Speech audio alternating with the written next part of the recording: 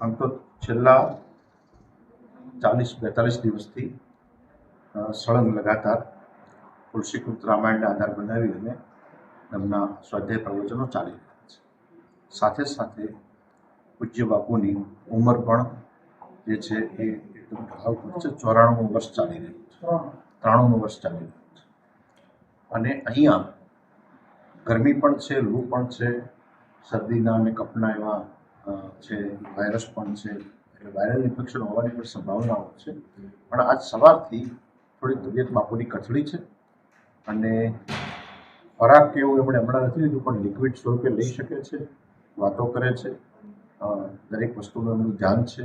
એટલે મને એવું લાગે છે કે સ્થિતિ અત્યારે એટલી કોઈ એવી ગંભીર સ્થિતિ નથી, સાધારણ સ્થિતિ છે. ડૉક્ટરોની ટીમ પણ અહીંયા આવી ગયેલી છે.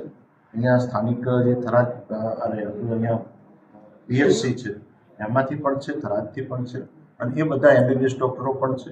એ બધાનું કહેવું એક જ મત થાય છે કે સ્થિતિ સામાન્ય છે અને જો આ વ્યવસ્થિત રીતે ટ્રીટમેન્ટ થશે અને આરામ જો થશે વ્યવસ્થિત, તો 2 દિવસમાં પુનઃ પાછી જે તબિયત એમની છે એ કન્ટિન્યુ થઈ જશે, સ્થાપિત થઈ જશે. એટલે કોઈ એવો ગંભીર કે એવો ચિંતા જેવો કોઈ વિષય હાલ જણાતો નથી. હું એમની સાથે બાપુ સાથે વાત કરી ચૂક્યો છું અને આ સાથે એક વાત એડ કરી દઉં કે એમણે પોતાની ઈચ્છાઓ જે વ્યક્ત કરી છે, તો એ તો પહેલાં પણ એમણે ઈચ્છાઓ વ્યક્ત કરી છે કે એમની જ્યારે પણ એમનો દેહ પડે એટલે જ્યાં પણ પડે તો એમ કે મારા છેલ્લા સંસ્કાર છે એ અહીંયા લડેચી માતાના પ્રાંગણમાં થવા જોઈએ. અને ફરી પાછી એમણે એ વાતનું ઉચ્ચારણ કર્યું છે, એ વાતને એમણે ફરી પાછી દોહરાવી છે. એટલે મને એવું લાગે છે કે હાલ કોઈ એવી ગંભીર સ્થિતિ નથી અને કદાચ 48 કલાકમાં જ બાપુ ફરી પાછા બેઠા પણ થઈ જશે.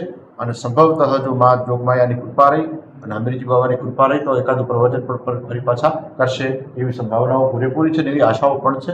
અને બધા ઉપર એમની કૃપા બની રહે. બધા અમારા બધા અમે સાથે છીએ, એમની જોડે બેઠા છીએ. Okay, thank you.